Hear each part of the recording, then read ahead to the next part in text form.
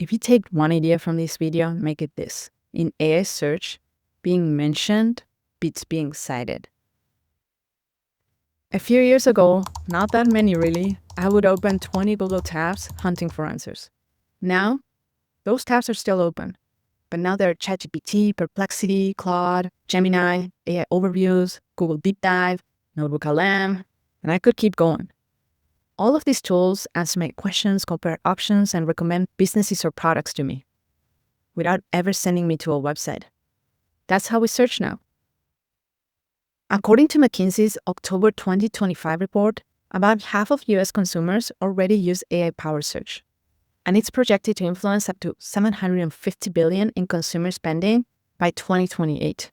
So in this talk, we're going to look at what's happening under the hood of AI search, how these tools decide who to mention, what makes your core source versus a one-time citation, and what you need to build on your site so AI can confidently recommend you. Because visibility in AI search isn't about traffic anymore. It's about being part of the answer. Let's start with how AI is changing the funnel differently depending on where someone's in their journey. At the top of the funnel, it's still in clicks. Simple informational questions like, what is a backdoor Roth? Or how does a 401k match work? These get answered right there in the interface. Done. No click needed. In the middle of the funnel, AI condenses what used to take hours of research. It compares options, builds shortlists, surfaces pros and cons, all without sending you to multiple sites. But at the bottom of the funnel, that's where it gets interesting.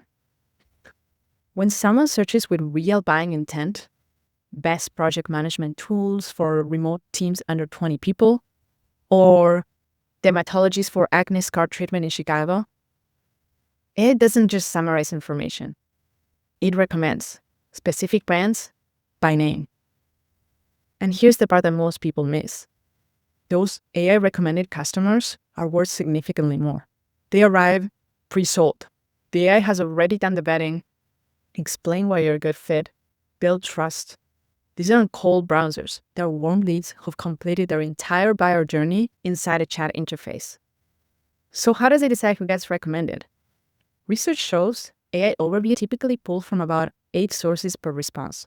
And here's what really matters. Roughly, 70% of those sources come straight from Google's top 10 organic results. So let's be clear. If you're not ranking well in traditional search, you don't have much of a shot in AI search either. The fundamentals still matter. Now, within those sources, there are 2 types. Core sources make about 9 to 12% of all citations. These are the repeat performers, URLs that show up again and again across multiple AI responses for related queries. So what makes you a core source? 4 things separate core sources from the rest.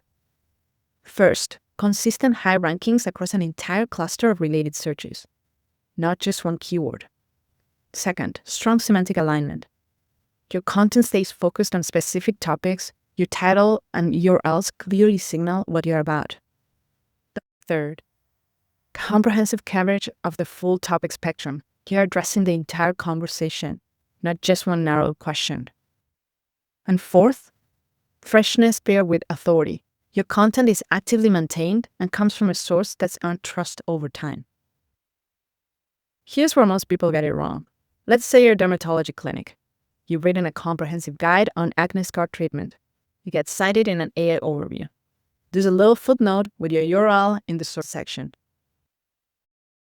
But be honest, how often does someone expand that source list and click your link? Almost never. Now flip the scenario. The query is, best dermatologist for acne scar treatment in Chicago. And your clinic gets mentioned directly in the AI response. As in, Chicago Dermatology Center specializes in laser treatment for acne scarring. That's not a footnote. That's a recommendation. The buyer sees your name. Here's why you're relevant. Gets confident, all without digging through citations. That's the shift.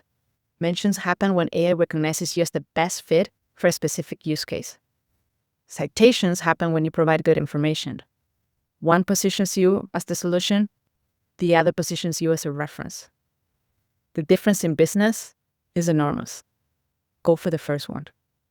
Now let's talk about how AI reads your site, because it's different from what you're used to. AI doesn't hunt for exact keyword phrases. It thinks semantically. It reads context like a person, not like a string matching algorithm. Here's what else.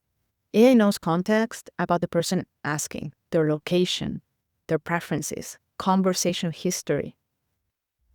So when your ideal customer asks for help, you want the AI to think, this person sounds exactly like the type of customer this business is built for. That means you need to know your customer inside and out. Think of them in a real moment. Not their age, not their title, the situation they're in right before they need you. What are they trying to figure out? What decisions are they weighing? What problem are they tired of solving the hard way? That's your audience. That's the moment to write for. Because AI doesn't match in demographics, it matches on intent. The clearer you are about that situation, the easier it is for AI to recognize you as the right answer. And here's something that will save you headaches. AI doesn't care about duplicate content the way Google does. You can have overlap between pages. AI is looking for clarity and helpfulness. What it's really doing is reading patterns across your site, learning when to associate your name with your category. This is an advantage for smaller brands. You're not fighting for domain authority anymore. You're competing on clarity and credibility. These are things you can control. Now here's where this gets actionable. Start with your money pages, services, products, core offers. They need to be exhaustive. Because late-stage buyer questions now happen inside AI chats. Does this integrate with HubSpot? What custom fields does it support? If those answers aren't on your page, AI might skip you, or worse, recommend someone else. Think of everything else as training AI.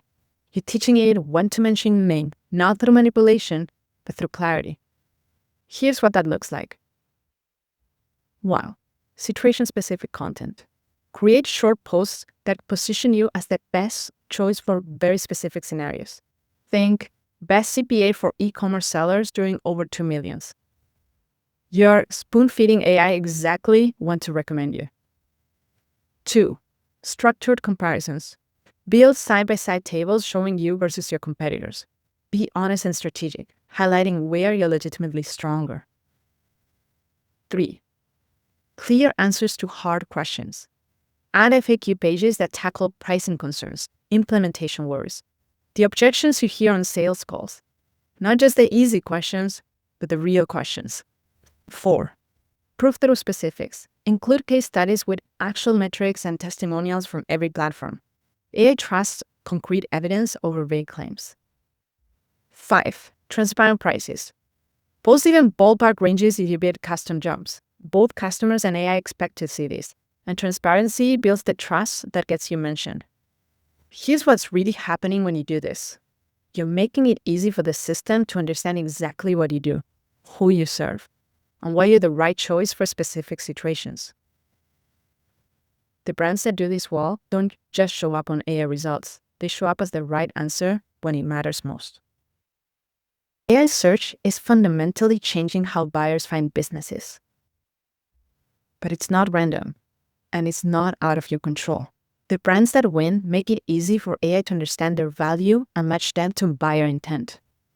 They stop chasing clicks, and they start earning mentions. Because here's the truth. In the AI era, visibility isn't about driving traffic to your site anymore. It's about being part of the answer. And the brands doing this now, they'll own the next wave of organic visibility. Not because they gamed the system, because they provided the best answers. If this was helpful, hit that subscribe button. It really does help me keep making this content. I'll see you in the next one.